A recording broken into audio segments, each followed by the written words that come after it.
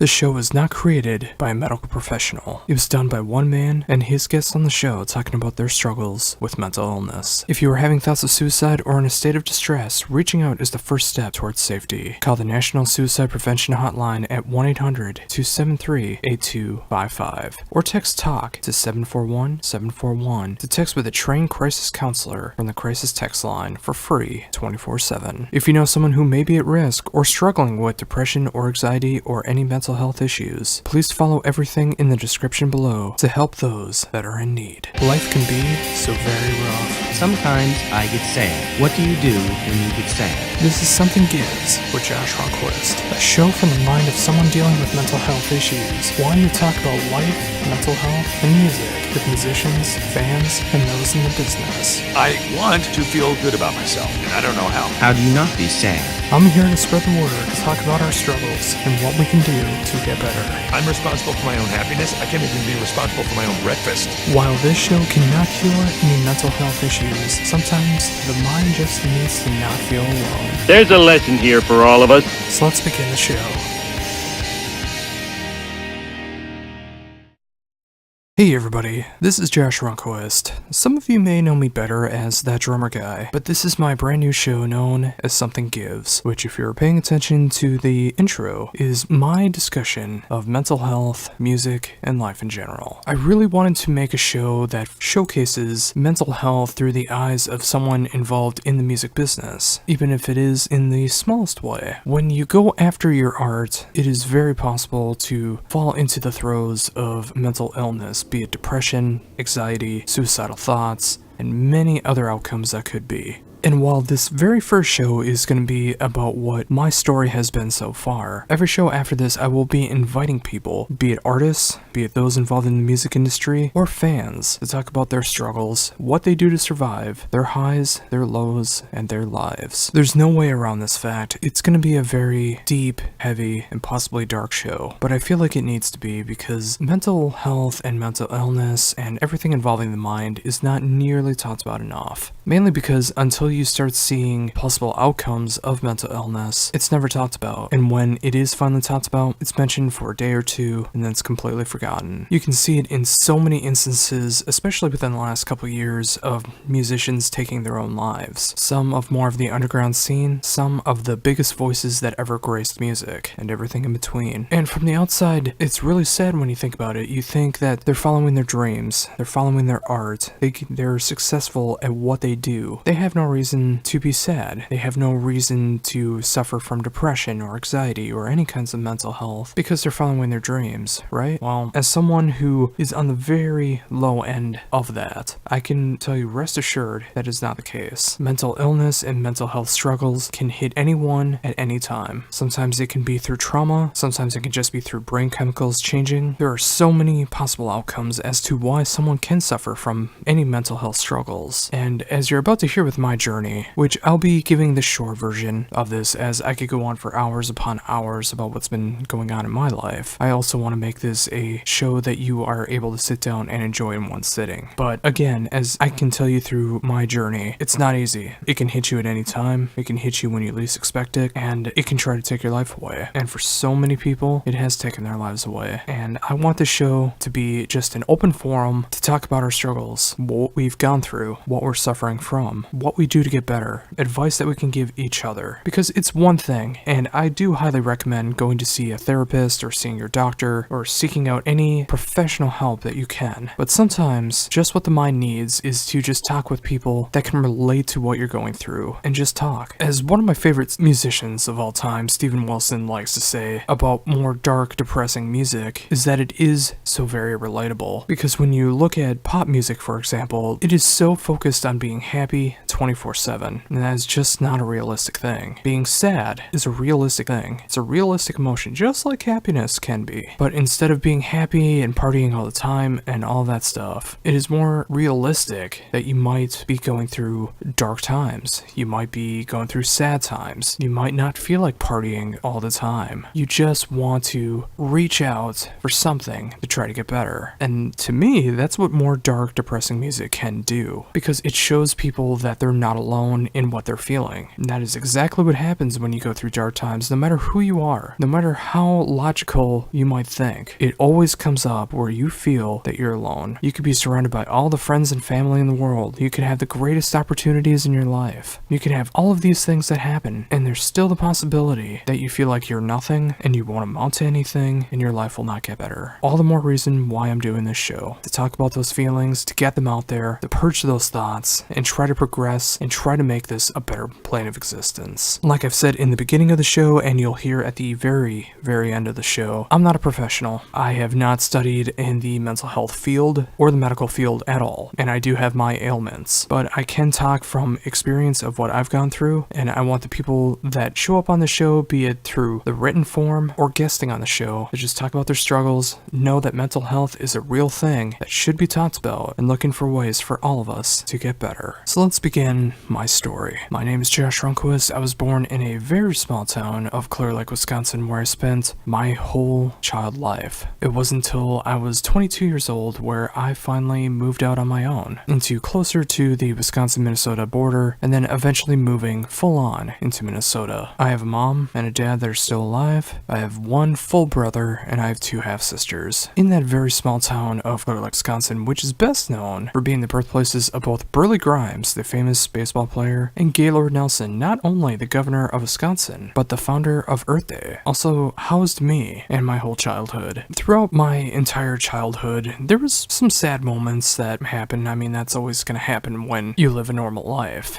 but it was mainly a good, positive experience. Oddly enough, I didn't start talking till I was 4 years old. I think I said occasional words like mama or dada, but I didn't actually talk much until I was 4. Not because I had any deficiencies of any kind, but I just felt like I didn't have anything to say. And that's been kind of true my entire life, and something that I've held on to all of this time, where I have a speak when spoken to mentality, which I've been trying to break with what I do as that drummer guy. But I was always a very quiet kid. I like to observe everything around me and collect my own thoughts, rather than just listing off my thoughts and opinions right away. And with that, I was actually a pretty smart kid. I was in the gifted and talented programs in elementary school, which I'm still amazed looking back that I was a part of that, and I was able to really progress and be able to capture everything around me. It wasn't until I got older where I started seeing my first B's for the first time, or C's, and even down to F's in the grading system. One thing I always loved when I was a kid was professional wrestling, which I have a newfound love for again within the last couple years. To me, it was live action superheroes, before the live action superhero phase really started to take off in the 2000s. But in the early 90s, that was not really too much of a thing. And every week I was able to watch these superheroes fight each other against supervillains. And I was able to escape in that world. No matter if there was bad things that were going on, I had that, because even though it's not realistic when you look at it now, and I'm not just talking about professional wrestling, but I just mean the idea that the good guy always wins. It was a nice escape for an hour, 2 hours, 3 hours growing up. When I became 9 years old, I picked up my first pair of drumsticks after 3 years of studying piano, in possibly the worst way possible. In my school, you were not allowed to join percussion unless you played piano for 3 years and got straight A's. You weren't even allowed a B in your grading. You had to get straight A's. But I knew I wanted to play drums. I thought they were the coolest thing. I thought they were the coolest instrument. It was just a great idea to be able to bang on things and create some music out of that, and just have these gigantic drum sets, these small drum sets, all these different kinds of cymbals and drums and hardware and all this stuff. I just thought it was the coolest thing. So I really gravitated towards that, and thankfully, when I was learning piano, I was able to get straight A's for 3 years, and I did pick up my first pair of drumsticks at 9, and I never looked back. I still have a little bit of retention about how to play piano and stuff like that. It's been a very, very long time due to how strenuous it was. I got to the point where, wow, I finally am able to play drums again. I don't ever want to play piano again because of the way I was taught. And that might have been a real deterrent for me later, but just like with mental health and everything like that, it's never too late to try again. But when I wanted more than just professional wrestling in my life, I wanted to have music in my life. I loved hearing music. And while it's kind of stereotypical to not really enjoy everything that's on the radio when you get older in life, I did enjoy what I heard on the radio. I didn't mind the pop music, the classic music, rock music, rap and hip hop, country. I didn't mind all that stuff when I was growing up, because I was still trying trying to figure myself out. What did I enjoy musically? Is this something I would ever consider playing myself? myself, is this something that I would listen to on my own free will outside of FM radio? And it wasn't until later where I finally realized that rock and metal was for me. The very first band that I started paying attention to, like many people of my generation and those older than me and those younger than me, was the band Metallica. They were the first band that I really started to really pay attention to.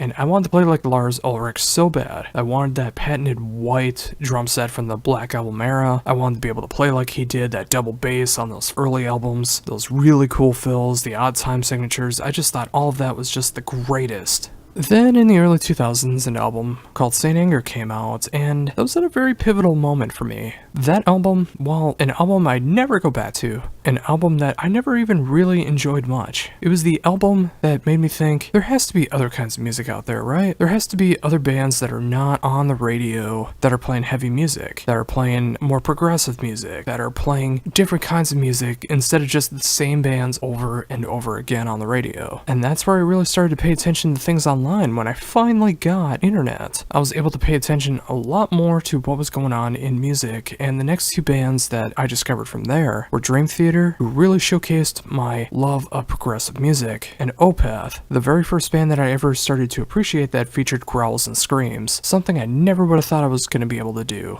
When I grew out of professional wrestling, when I didn't play video games as much, and of course that's back into my life again, thankfully, music has stuck around ever since the first time I started paying attention to Metallica, and it's always been a great escape for me. It's not the answer. It's not the way to get rid of depression. It's not the way to get rid of anxiety or any mental health struggles, but it was a good release, especially for someone who has all of these issues that are going on. You want to just find that escape, whether it's anger, aggression, fast, something you want to be able to learn. And that's what rock and metal did for me, and I was able to explore both sides. So many great rock music, so many great metal bands, so many great things that could be done, and I wanted to be able to play it all. Then when I became 13 or so, I got my first band with a couple friends, and we actually played my school's homecoming. During lunch, we got to play 3 songs. And as sad as it sounds, because there was about like 300 people in my school, which was both middle school and high school. So those of you in bigger areas, try to wrap your mind around that all of 7th grade through senior year, there was only 300 kids. That was the biggest audience I ever played to. I never played to more people like that, and I played many of shows, both with original bands and cover bands. As amazing or as sad as that sounds, that's where most people have seen me play live. But it was a good feeling, and I remember that band. I mean, it was not music I was entirely into. I was mainly doing it because they were friends of mine, and it was the music they wanted to do, and I didn't think it was going to be possible for someone in a town of about 1,051 people to be able to find metal music. So that band came out way more sounding like Blink-182 than it did, say, Metallica. But from there, I also, of course, played in school as well, and I did all the different facets of music. I was in traditional band, I was in jazz band, I was in pep band, and my least favorite of all was marching band. Due to my stature, it really, really hurts to be able to carry a lot of things and go long distances with marching band and stuff like that, and carrying a gigantically heavy snare drum made from marching band really took a toll on me. I mean, I loved playing. I loved the aspect of playing, but the whole marching aspect destroyed me. But every other aspect I did love. Pep band was my favorite. I got to play these different songs on the radio with more of a high school band twist to it. It wasn't the exact original, but I was able to have fun with it despite my music teacher at the time trying to suck the life out of enjoying music. He did it for so many kids that were in my school that they just flat out quit because our music teacher just took all the passion out of music. But thankfully, I did have that other outlet of music outside of school, and I was able to really enjoy playing. And it didn't take my joy away because I wanted to be able to go to college and play music. I wanted to possibly even go into the music field professionally, like maybe something like producing or editing or mastering or engineering or so many other aspects that could be done. But I was able to keep that passion going. And then when I turned 16, I actually joined my first cover band, and I was actually playing the bars. I was playing the bars, playing top 40 music from the 60s to the current day at time, which was 2005. Pretty much everything in between there, be it country, be it rock, be it pop, be it country, whatever the case, I was playing music, and I was getting paid pretty good money for it, too. I didn't think that was going to be possible. I was actually living part of my dream. I was playing music and making money. What a great feeling, right? But of course, in the midst of all this is where some dissension happens. While all of this sounds like amazing things I was able to do, I was also struggling really bad. The day before my 12th birthday, well, maybe I should give a little more of a backstory to this. My oldest sister gave birth to her first daughter, my first niece, in 2000, June 2nd, 2000. And she asked my mom and myself to help take care of her new little girl for the summer while she was recovering from giving birth and getting back into work until she can find that new schedule and before I had to go back to school. For those keeping track, this was the summer before I hit 6th grade. And during that time, my mom, who was a bit older for someone, she was actually 36 when I was born, had a bit of a mental collapse while we were watching her. I didn't realize it at the time. I thought she was just tired, and she was sleeping almost the entire day. She would get up for a couple hours, but then otherwise she'd be sleeping. So I had to take care of a lot of things with taking care of my niece. Everything from changing diapers to feeding her to watching her sleep to burping her to other things like that when she was not able to do it. And I didn't really think anything of it at the time because, you know, taking care of a baby, that can take a lot of energy out of you. But I didn't realize my mom was collapsing at time. And the day before my 12th birthday was the day that we went home. My birthday is August 19th, which for where I went to school was usually the week before school started. So it was a great thing every year because, like, my birthday's during the summer. This is so great. But I also remembered, like, oh, in the next week or two, I'm going to have to go back to school. So that was always a downer. But everything changed around this time. The day before my 12th birthday, my sister and my mom got into a gigantic argument about life. Not getting into the details, but it was enough to have hatred thrown on all ends. And me, loving both of them, all I wanted to do was try to make things better. And whenever there was a break in between their fighting, I tried to step in and just try to remind them that we're family, we need to care about each other, we need to love each other, we need to do all these things because we are family. And as a good message for pretty much the rest of my life, at least so far when it comes to family, quote-unquote friends, and so much more, I was completely ignored. My life changed so much from there because it was the first real time I saw my family fight and my mom's mind snap. She didn't do anything dangerous or drastic or anything at the time, but she mentally snapped, and even to this point, she has not recovered. And what I mean by that is, while she's not officially diagnosed with anything because she refuses to go see anybody, she stopped being a mom. She stopped loving her family. She stopped taking care of her family. She stopped taking care of our house. She started resorting to hoarding. She would buy excess amounts of knickknacks and candles and clothes and multiple copies of the same CD that she already had things from garage sales, and our house was piling up with garbage and things that we didn't need. It was such a small, slow process that we didn't realize it at the time, but looking back, the evidence was there. She just slept all the time. She stopped waking me up for school. She stopped making breakfast, lunch, or dinner. She stopped talking or caring about the rest of the family, and all of us just started drifting apart. My dad took it in the way of, hey, I'm a truck driver. I'm just gonna go on the road more so I don't have to deal with this anymore. My brother, who I'll be getting way more into detail about later, decided to just be a terrible person from there on out. My oldest sister took the way of just not wanting anything to do with her much anymore until things kind of changed, but it's little things that I might get into later. And my other sister, much like she does now, ignores the fact that our side of the family exists. As for me, I still had that glimmer of hope that everything could get better, and I tried so very much up till 2009 to try to make things better. I wanted to play the peacemaker. I wanted to bring us back together because all I was ever taught was that family is the most important thing. And if I didn't have my family, I had nothing. So I did what I could to try to make everything better. And every single time, no matter how many times it happened, it failed, and it failed miserably. And that's where my depression really started to take off from trauma. It was the trauma of that incident where it had physical problems in the fight they had. There was a lot of mental things that were going on, a lot of terrible things being said to each other. Violence, possibly. I can't remember everything, but depending on who you ask, there was violence involved with that. and it was just seeing my family fall apart the day before my birthday. And from that point in time on, even though I still tried to keep my family together, depression slowly started taking a part of me. I was starting to eat way more. I was just taking care of myself and just eating and eating and eating. And I tried blocking myself away because every time that I wasn't able to solve a fight, solve a problem, make things better, I was told that not only did I make things worse, but the problems were my fault, which was a big life thing that happened all the way up to today. Because I was a quiet kid in my family, because I didn't fight back, almost every single problem that happened in my family was blamed on me. Even things that were so irrational that would make no sense for, say, a 12-year-old kid at the time to be able to accomplish was blamed on me. My dad pretty much ran away, occasionally coming back because he still owned our house property, of course, but spent so much time on the road so he didn't have to deal with my mom or his kids anymore. And that really hurts. I still talk to him every day at that time. He would call on our landline before I got a cell phone. I talked to him every day, but I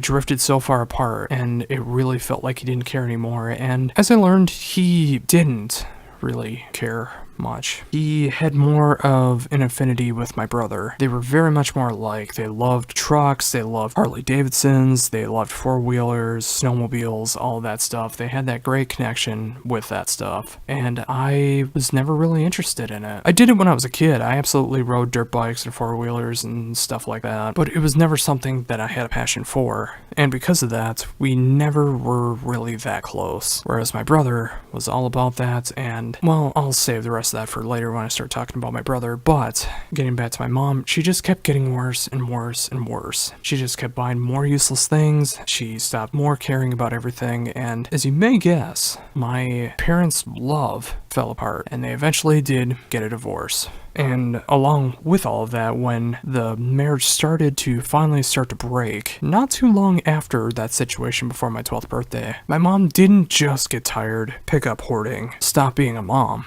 She also became a very volatile person. She would throw things at people, she would yell at people, she would hit people, she would do all of these terrible, terrible things, mainly to me, but I know she did it to my dad and to my brother as well. It mainly happened to me because I stayed at home all the time. I really didn't have friends in school. I didn't really know how to interact with other people after all of these things started happening, and I tried to lock myself away as much as I could because I felt that the more I stayed away from people, the less they were going to be mad at me or disappointed in me, and it was the only way I felt safe, was if I can hide myself from the rest of the world. But anytime, say, I had to go to the bathroom, I wanted to get something to eat, I wanted to go outside, that's when the hell came, in all these different ways, and it destroyed me. I've been destroyed so many times that I'm amazed I'm still here. And just thinking about all of that going on with my mom and all these horrible things that were going on, and I know the mental issues that are there that I'm so sad that she refused to ever look into to try to make better for herself because she felt she was 100% fine. Everyone else was at fault. And that was the first time I really noticed my problems as well were being shifted to me. When someone else has problems, they like to shift it onto somebody else, be it bullying, being acting out to try to get attention, whatever the case is. And it started to affect me in all facets of my life. My grades in school started dropping down from 7th grade on, and of course hitting puberty around that time, I mean, that just messed everything up. I mean, right when you get depression right before you hit puberty, you think life is over, especially when you're a kid like me who was quite a hefty boy for my age until I started losing weight when I was playing more drums and stuff like that. I'm still a bigger guy, no denying that, and I know I need to take care of that. Still part of the mental struggles, and I know there's the physical struggles as well. But anyways, when all of these things, when you're considered ugly, when you're considered too fat, when you're considered too weird, all these things are happening in a tiny, tiny school. My graduating class was 42 kids. 42. When you're an outcast in a group that small, you think there's nothing that's going to happen good in your life. You think that you're just going to live your life as a loser forever. And for those years between 12 to 15, despite playing music, despite trying to find other avenues of life, that's what happened. And everything just felt like it was getting worse.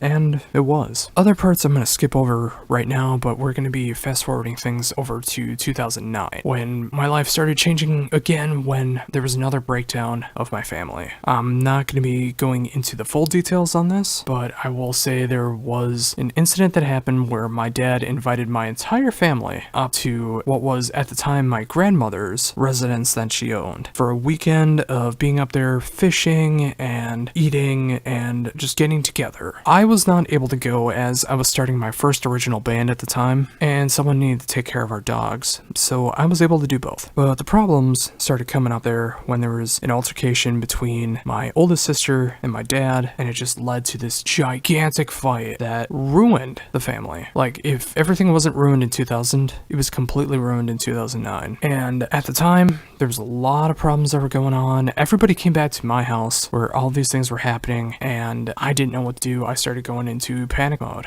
and I started just seeing my family fall apart over and over and over again in this short amount of time. And everyone was mad at me. Every single person involved in the altercation that happened up there was mad at me, even though I wasn't there. The reason they were mad at me was I refused to take sides on the argument that was going on. I wasn't there, so I couldn't actively say who was right or wrong. And to me, it shouldn't matter about who was right or wrong. It should matter about family. We need to be together. We're a family. We love each other. Family is all you got. You can't do this to each other. And because of that, I lost pretty much everyone in my family from that point on. Since that day, I haven't talked to my second oldest sister. I have no idea what she does. I think now it's a couple years ago she got married again after being divorced from my ex-brother-in-law, who they were able to have my only nephew and my youngest niece, but I have not talked to any of them since. The only exception is my nephew, who did reach out to me last year, and that meant the absolute world to me, as he is going to be 19 this year. Oh my god, he's going to be 19 this year. That just dawned on me. But anyways, he's going to be 19 this year, and he battles through an immune system deficiency known as cystic fibrosis, which in the short term, or not short term, but in the shortest way to describe it, is when there's too much mucus in your body and it ruins your respiratory system. And not many people are able to live full lives through that. And when we talked, I heard that he actually had a really hard go of it in life. He grew up in a Christian household, but he had some major issues that happened in his life dealing with cystic fibrosis. I'm sure dealing with my sister, knowing how she is, where he actually tried to take his life a few times. Very similar to me, which I'll be getting into. And it just made me so thankful that he was around and that he did reach out to me.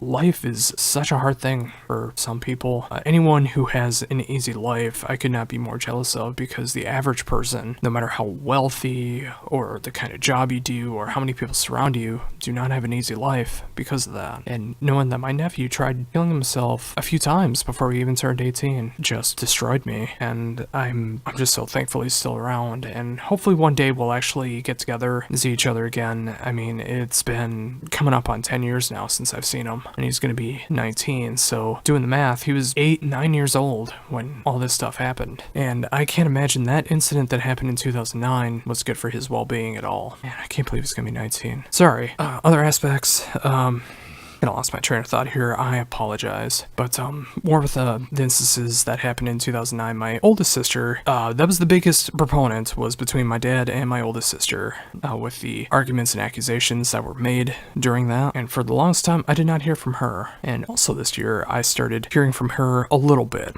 Talked a couple times. I've reached out saying that it would be great to see her again, maybe try to, get things back to a normal relationship again. That has not happened, and I'm not sure if it's going to. If it does, I would love to try to make that happen, but if not, at least I tried on my end.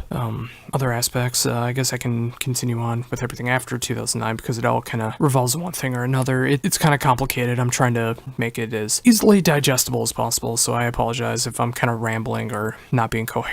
But after everything that happened in 2009, my dad all but gave up on everything involving our family. He moved up and actually got my grandma's place up where he lives now, and he moved away from home. Thankfully, for the next couple of years or so, he was still paying off the house and everything that was going on in Clear Lake, but in 2011, he stopped, and I was not really prepared for it, and not everything was going the way that I wanted it to on my end. A lot of bands would break down. be it the original bands, be it cover bands, everything was kind of breaking down around 2011. I started a part of a new band for me that was taking place in River Falls, Wisconsin, and I was doing that more. And towards the end of 2011, 2012, it was actually 2012, February 2nd, 2012, I remember that vividly, was my last day in Clear Lake, because 2 weeks prior, I woke up to a piece of paper stapled to my house saying I had 2 weeks to evacuate the premises. My house was foreclosed. Since I never liked talking financial stuff with anybody, I didn't really comprehend all this stuff was going on. I knew of it, I didn't know the severity of everything, but waking up to that, having 2 weeks to be able to find somewhere to live, and I did not think I was going to be able to find somewhere to live. Thankfully, at the time, my bassist in that band had a spare room, and I was able to move there until 2016. Yeah, 2016. And had a lot of stuff that happened in there, a lot of good things in the beginning, and then things started to decline, both friends, family, and health-wise, which I'll be getting into. But this was in the heart of winter. I didn't think I was going to be able to find any place to live. My dad didn't want me living with him. My mom didn't want me living with her. My brother, who, again, I'll be getting into great deal of detail about. Just from that line alone, that should tell you that I wasn't going to be staying with him. I had nowhere to go, so thankfully I was able to find that spot, and I thought I was going to be living out of my car, and some incidents happened around that time, which again I'll be getting into towards the peak of this conversation that I'm having here. And February 2nd, I was able to finally move everything that I could out and start off pretty much on my own. Living in River Falls, Wisconsin was a very scary thing for me because I lived at home my entire life until 2011. I really thought 2011 was going to be the last year I was alive, and somehow I was able to pull through. And things were great, absolutely, at the time, especially that first year and a half was fantastic living over in River Falls once I started to finally become comfortable with who I am, with where I was living, and living out on my own. I was really starting to be able to pick up in 2012 with that drummer guy. A little bit in 2011 I was able to do from home in Clear Lake, but I was really able to pick things up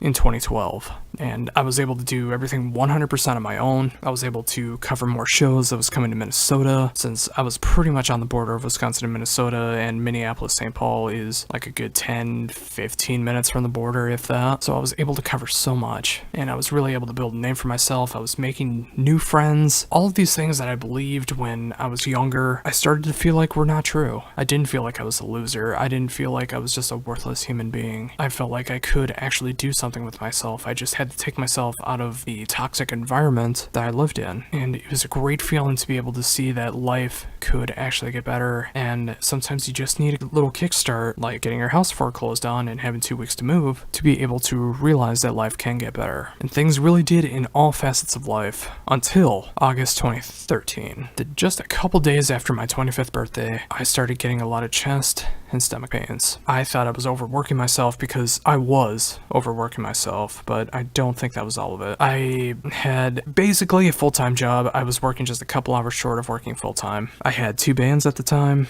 I had 2 radio shows at the time, and if I wasn't sleeping or eating, I was working on something. And it was making me happy. And I also got into my first long-lasting relationship, which I thankfully still have to this day with my amazing girlfriend, who, a bit of a spoiler for the end of this story, I still live with, I still love her, we couldn't be happier together, and I'm so thankful to have her a part of my life, and is a big proponent on why I'm still alive. But I met her in April 2013, and we were together during that time, and in August I started having these stomach and chest pains, and my last day of work at my quote-unquote real job, I ended up falling over in the bathroom of the establishment, no one caring that I fell in there. They thought I was faking it. They thought that I was doing some kind of stunt or something. I'm trying to remember everything that they were saying, but no one believed me that I was having these problems until I had to call an ambulance. I had to drive home, I got an ambulance, and I went to the hospital, and so many things were going wrong. I learned I was diabetic,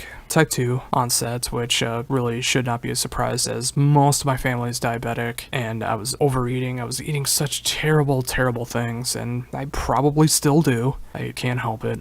Hopefully one day I can, we'll see. But I was constantly dehydrated. That was the biggest thing. They had to put in IV after IV on me when I was in the hospital, and I still had all these chest and stomach problems, and it started taking everything away from me. And I was actually in the hospital for 1 full week in River Falls, and I don't really remember that week because every single hour on the hour, I was getting pumped with a drug known as Dilaudid, which, for anyone not familiar, things like morphine and Dilaudid, it's heroin. It is hospital-grade heroin. It's what they use to get rid of the pain, and you're not supposed to use it that often. You're only supposed to use it when you absolutely need it. But I was getting pumped full of it every hour on the hour, and that whole week, I do not remember, which, with my life, I remember so much, too much, about every particular little details on things. That whole week, I was just knocked out the entire time. And they never found out what was wrong with me. And from August till January 2014, I was in and out of the hospital constantly. I tried going to different hospitals. I mainly stuck to the ones that were nearby me. So many things. The closest that it came to was at one point they took my gallbladder out in October of 2013, which I thought that was the end of it. I thought, oh, I'll finally get better. Then everything started to get just a little bit worse. Nothing was getting better, and everyone around me did not believe that there was anything wrong with me. They thought I was faking it. They thought I was doing it for attention. They thought that I didn't want to work anymore, so I was doing this for sympathy and trying to get money, and that just continued onward and onward. Then there was a particular moment that happened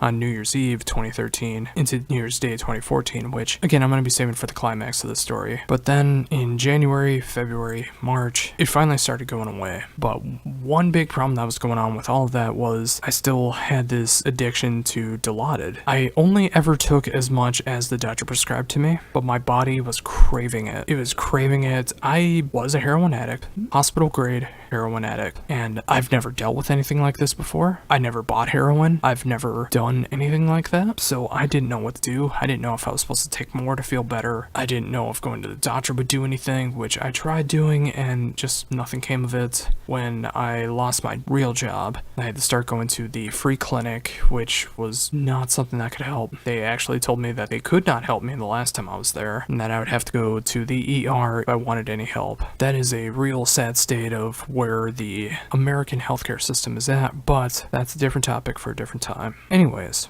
with that, I didn't know what to do to get better. But the only thing that I was given from a doctor to try to help was methadone. And that was the first time I realized that there actually was an issue that was drug-related going on. Because I know methadone was known for trying to help people get off of heroin. And I still remember those last hospital visits vividly, where they said I was a drug addict. Now, I need to say this again for full disclosure. The hardest stuff I ever took before Dilaudid was ibuprofen. I never took drugs. I don't even enjoy drinking alcohol that much. I've never smoked marijuana. Obviously, I've never done any of the hard stuff. I just tried to live a good, long-lived, drug-free life.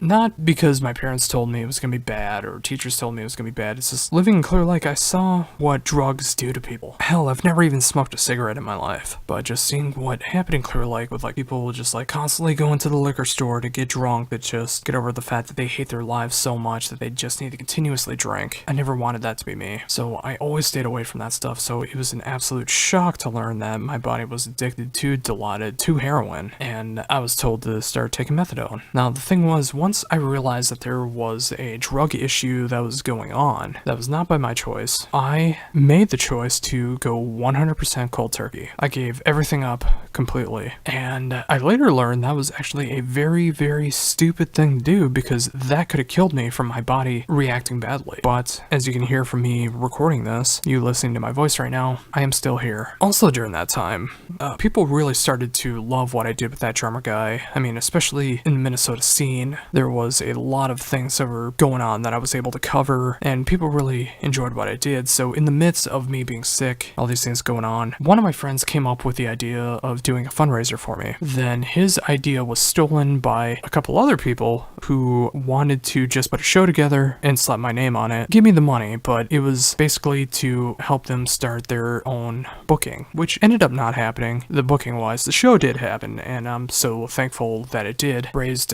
nearly $1,000 between that and an online fundraiser that happened. So I got a couple $1,000s to help keep going, which that was just amazing that happened. But that fundraiser show was also the last night where I realized that the music scene around me did care. I mean that as a whole. There are still people that I'm absolutely friends with in my local scene that I consider to be amazing friends, that I consider to be amazing people, and you might even hear some of them on this show at some point. But after that show, there was rumors going around that I was spending the money on drugs, that I was faking all of this, that all these things were happening, and I just couldn't believe it. And I realized that I didn't really have many friends that I thought were friends. Even lifelong friends, friends that I made in River Falls, friends that I made in Minnesota, all of these things. I started losing them all because of A, people thought I was faking it, and B, there is that thing that no one ever talks about. One thing that can completely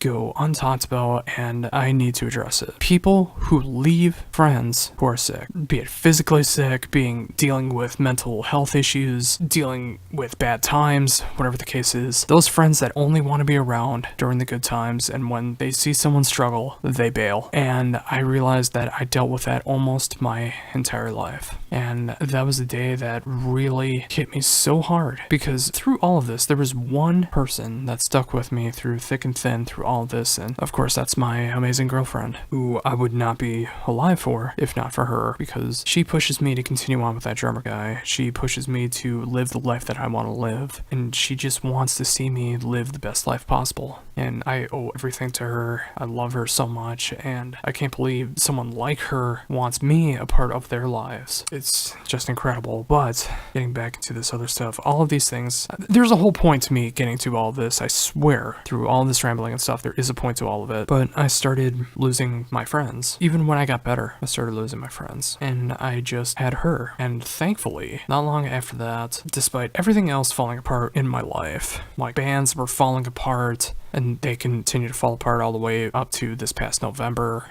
My feelings towards that drummer guy, there's so many great aspects of what happens with it, but there's a lot of downsides as well, which I'll get a little bit more into a little bit later. But there's a lot of downsides that come with it, all of these things that happen, but she continues to want me to continue. And I'm so thankful for the fact that in 2015, we were actually able to move in together, start our lives really together from that point on. Although that's a little unfair to say, because with the exception of 2 days, from August 2013 to January, February, March 2013, she was with me every day. She came to see me in the hospital every day. She would try to come to see me where I was living every day. She helped me get groceries. She helped me drive places. She took me to hospital to hospital to hospital. She did all of these amazing things for me when I was pretty convinced at that point in my life that no one wanted me around. No one cared if I was here. They only stuck around for the positive things I was able to do, but whenever they saw me struggling, they would leave, which is such a thing that has happened in my life so many times. But she is why I'm still here, and I'm so thankful for her. And again, that's just another thing that really goes into this whole aspect of mental health. I have her, but I still feel, oh god, honestly, at this point, it happens every day where I do wish I would have taken my life sooner, or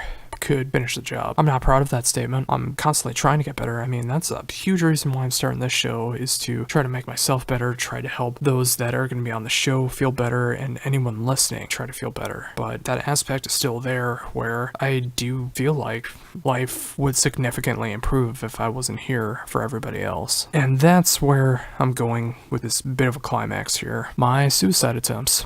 It started the very first day, back August 18th, 2000. That was my very first suicide attempt, the day before my 12th birthday, from everything that happened with my family. And throughout that time, all the way up to November of this past year in 2018, where I actually tried killing myself twice in one night, which that was a first. It's been 8 suicide attempts, from let's just say the age of 12 to the age of 30. So 18 years of me trying to kill myself. I've tried driving off the road. I've tried hanging myself. I've tried stabbing myself. I tried overdosing on ibuprofen, and all but one time I was stopped. Sadly and thankfully, most of those times recently, my girlfriend has stopped me. But there was one time in 2013, one of those days that she was not there to be able to see me was the closest time I tried to kill myself. I was alone on New Year's Eve. I felt everything was gone. My mental state was completely screwed. I felt like my health was terrible. My chest and stomach pain had not gone away for months upon months, and I didn't know what to do to get better. Every doctor did not have an answer for me. Every test came back negative as to what the problem could be. I tried everything, and I felt like I couldn't start another year of living like this. So I went into my roommate at times' bedroom, took his gun, put it in my mouth, and pulled the trigger. Now, when you hear that, you would like to think that, well, how am I still alive? How can a gunshot, where you put a gun in your mouth and pull the trigger, keep you alive? It's pretty simple when you think about it. I was so irrational at the time with all of this pain and mental anguish and everything that was going on, I forgot to check to see if gun was loaded, and it was empty. And again, I'm not proud. I tried to find bullets. That's an aspect of the story I've never really told anybody. But, I mean, I didn't look too hard. I'm sure if I just tried a little bit harder, I would have found them. But I did try to find bullets after I pulled the trigger. But then I completely collapsed, cried and cried and cried until I passed out. And I felt I was completely doomed, having to suffer the rest of my life in this pain. But thankfully, a couple months later, things started to get better, at least physically. Mentally, I'm still struggling, but physically, the chest pain, the stomach pain eventually did start going away, and I was able to somewhat live my life again. I'm still suffering from some ailments from all of that. I'm not as strong as I used to be, which I know that could probably change from working out and doing other things. I'm sure of that, but there's some aspects that are still going on.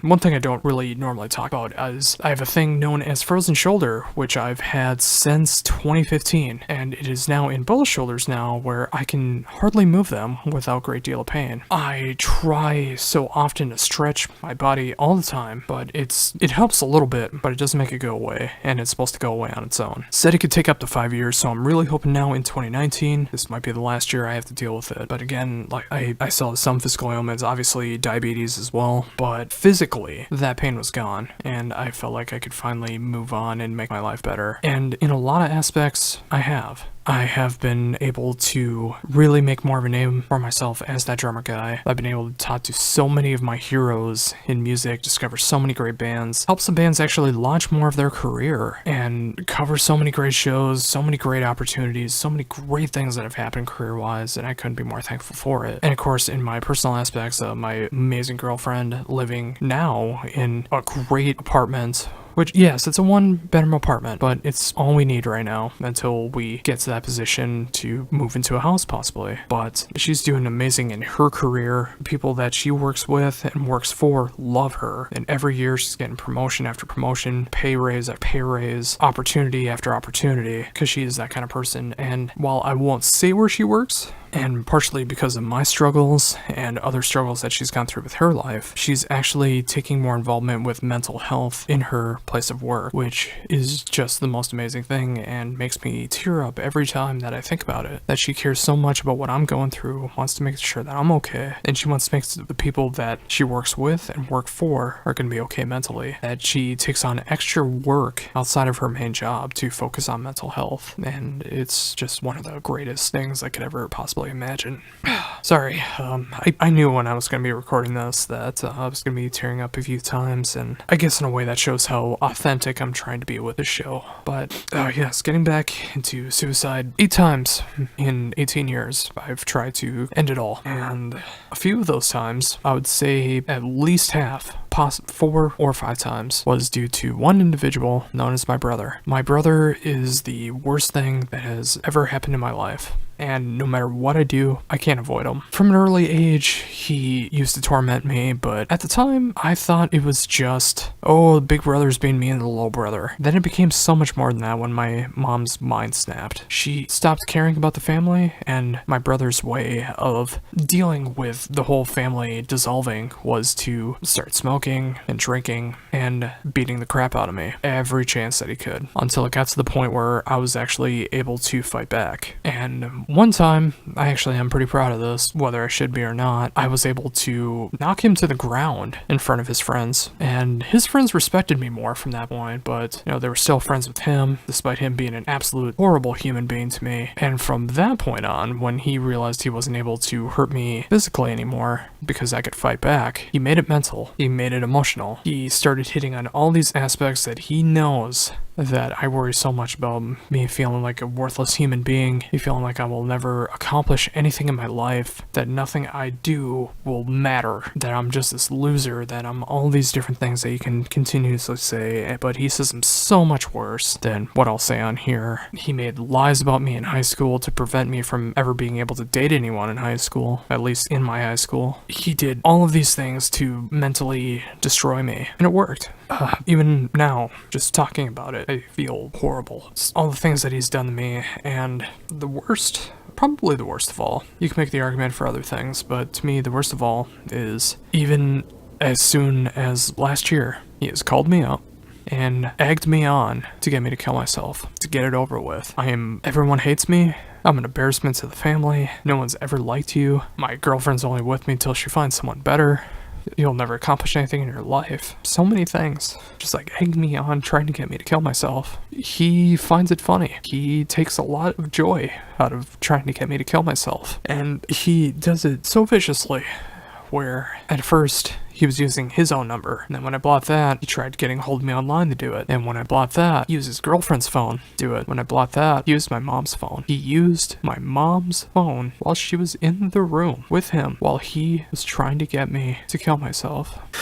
And wouldn't you know it, every time that he's called and tried to do it, even though it doesn't sound like it, I'm able to defend myself while it's happening. Now, a rational person can make the great argument of, why don't you just hang up? There's a couple reasons for that. One, there could be information that could be used, or I need to know about. Like last time my brother called, my mom broke her arm and might be going into a nursing home. I don't know if that's true, but that's what he told me. And despite my family just completely falling apart, I still at least want to know what's going on with my family. And second is, he'll just continue to call back. He will find any means to be able to call me, get hold of me online, even find my information to find out where I live. Do this. And again, there is the great argument of, why don't I get a restraining order? Why don't I call the cops? Why don't I do these things? And I guess there's some sixth sense in me that I want to pretend it's not real.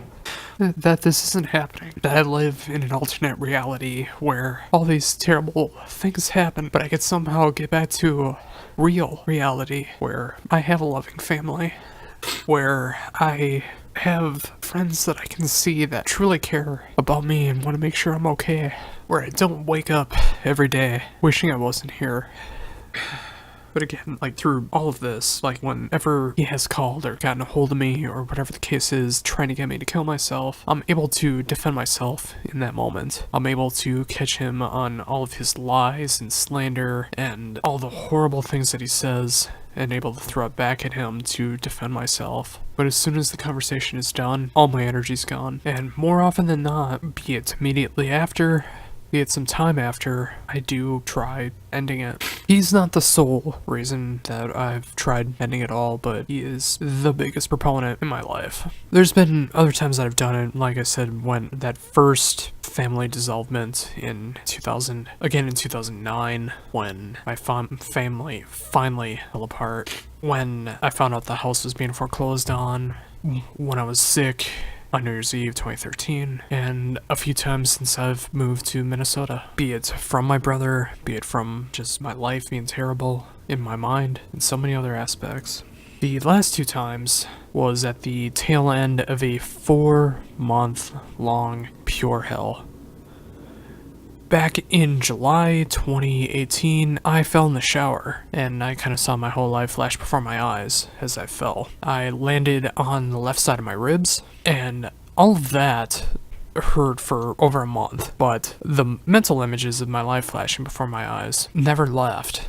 And from that point on, and from me turning 30 and months after, so many things happened that I was never really fully able to get over. And one aspect was my 30th birthday, which, if you're paying attention to when I was talking about my New Year's suicide attempt in 2013, I said I didn't want to start another year like this. Well, for my 30th birthday, I've said it for so long that if I was not able to get my mental state under control, I was going to try again when I was 30, because I didn't want to start another decade like this. Somehow, miraculously, I did not try to kill myself before I turned 30. It took me till November, when I was at the peak of my sadness for this current wave of depression. Nothing was getting better. My band fell apart the same night, which probably had more to do with it than I want to believe, but I still don't believe it's the reason I tried to do it, as there was so much more going on. But amongst all of it, I tried twice to stab myself in the throat. I was stopped both times, thankfully. I wasn't being rational about it at all. My girlfriend was there. She was able to stop me both times. And I fell to the ground in tears and just kept crying, and I just did not know what to do to get better. And that's where the first ideas came from to start doing this show. I wanted to do this for years, honestly. I wanted to have some kind of show where I was able to just talk about these things that seem unacceptable to talk about mental health. Because, it's all in your head. It's not real. It's real. It couldn't be more real. Just because you don't see the physical scars until action is done about mental health does not mean that it's not real. By that, I mean suicide attempts, cutting yourself, hitting yourself, doing all of these irrational things that seem rational in a person's mind. But that's the only time it seems like people seem to care about mental health, is when that happens. If you get into an argument with someone that's going through some mental stuff, you just seem like a terrible person. If you do actually end up killing yourself, people feel sad, oh, this is terrible, I can't believe you did that. And even those close to you, people say, oh, I can't believe you did that, even knowing full well that they were struggling, but did not want to do anything about it. So, be it mental health, be it gun violence, be it all these other things, thoughts and prayers, but not actually doing anything about it. And while I know that this show is not a cure for mental health, as I'm still struggling myself, I know talking helps. Even if it doesn't seem like it, even if it just seems like talking about your feelings does not help, you gotta find the right people to talk to do it. Throughout all of this, I was able to find some great people that have come into, left, come back. Sometimes they just stayed all the way through, where I can talk about my problems, they can talk about their problems, and we're able to connect on that bond that life is not as easy as a lot of people try to make it out to be. There's a lot of things that can happen where you feel absolutely worthless, where you feel like you're just a burden to everybody and you don't know a way out. And while there is many great resources out there to try to make yourself better, be it calling national suicide hotlines, texting national suicide hotlines, to going to a doctor, going to a therapist, if you can't control your mind at all, going into a place where you can check yourself in to be able to figure out what's wrong with you. There's so many facets out there that can help, and I've done a lot of those. I've gone to therapy, which really did help out a lot. I took medication, which did not help me. At least I did not find the right medication yet. When I took medication, it took away all my lows, but it also took away all the highs in my life. Like when I was doing interviews, it's like, oh yeah, cool, whatever. Instead of me being genuinely excited about that, so I stopped taking them, because even though my lows were gone, my highs were gone, and I didn't just want to be numb. That is not ever to say that medication could not be right for you. It's something you gotta talk to a professional about, weigh out the options, see if you want to try it, and see how you react to it, because every single person is different. Especially when you go online, everyone tries to say, oh, everybody's the same, everyone's a terrible person, everyone this, that, and the other thing. No, every person is different, and it can just take one thing to try to make your life better. And it can. And with this show, it is that. I try with that drummer guy, and I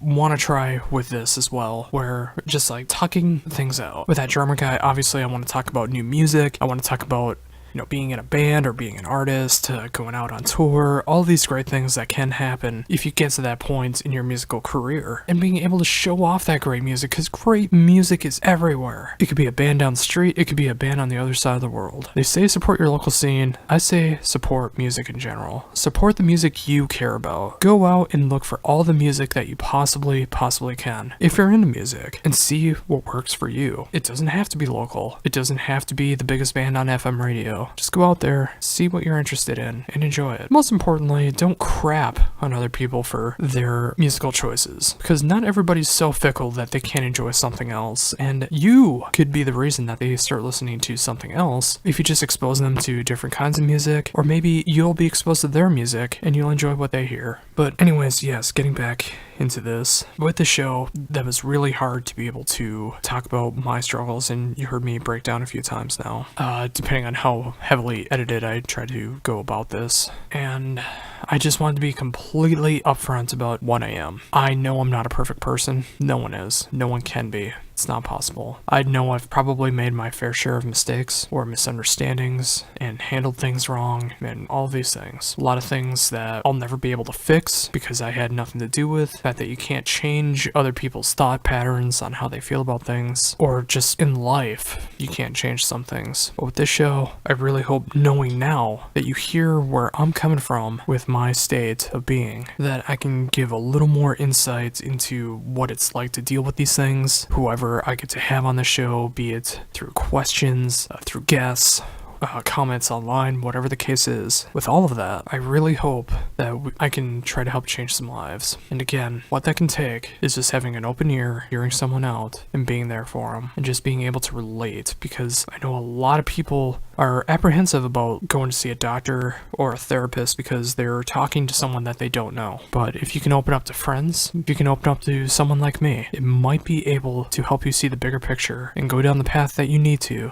find your happiness. Thank you so very much for tuning in and checking out this opening show of Something Gives with Josh Rundquist. This was the absolute hardest thing I've ever done in my life, and I can say that without question. Being this open and honest about everything that's going on in my life, past, present, and potentially future. But it's a great feeling as well, because even though I've shared these experiences, even though I've cried now on the air, I feel better. I feel better being able to talk about these things. It feels very therapeutic. It's very cathartic to me to be able to talk about these things. And I know there's others out there that are struggling. There may be someone listening to this that can relate to what I'm talking about more than I could ever imagine. There could be someone listening to this that does not know much about mental health but enjoys what I do musically, that is able to appreciate what I do more, and maybe even appreciate more aspects of mental health now that I've talked about this. And all I can do is share my experiences. I can't speak for anybody else. That's not what's going to happen on this show. I'm going to let people speak for themselves and their struggles, what they do to get better, how they're living lives now, and the struggles that they go through to hopefully influence people that are struggling, that life can get better. Despite nearly 2 decades of suicidal depression, high anxiety, trauma, I still believe that things can get better. And while it's entirely possible that 8 suicide attempts will not be the end of my attempts, I still want to go out there and try to live the best life that I possibly can. And I want you to as well. No matter who you are, everyone has the potential to become better, and everyone has a different path on how to get better. There is no clear-cut answer on what to do. It's different for everybody. But with this, I hope it's at least a start to open the discussion of what mental health is, what it can do to you, and what you can do to improve. Once again, thank you so very much for tuning in. This is potentially the longest show that I'm going to be doing for Something Gives, as mostly the other ones are going to be focusing on questions or people relating their stories or guests on the show. And again, I don't know how frequently I'm going to be doing this. This could be once a week, this could be bi-weekly, it could be monthly, quarterly. It depends on how often I'm able to get guests in, get questions in, get stories in, and how well this takes off. I've completely opened myself up to the world now, so in my eyes, I have nothing more to fear. One last time, thank you so very much for tuning in to Something Gives with Josh Rundquist. I will return next time with my very first guest, talk about mental health, music, and life in general. And until next time, this is that drummer guy saying, see ya. This has been Something Gives with Josh Rundquist. Tune in next time where we continue the discussion of mental health, music, and life in general. Make sure to check out all your favorite social media sites to follow what I do as Josh Rundquist and that drummer guy. And until next time, just remember, it's always worth it. Hang in there, stay positive. It's worth the fight.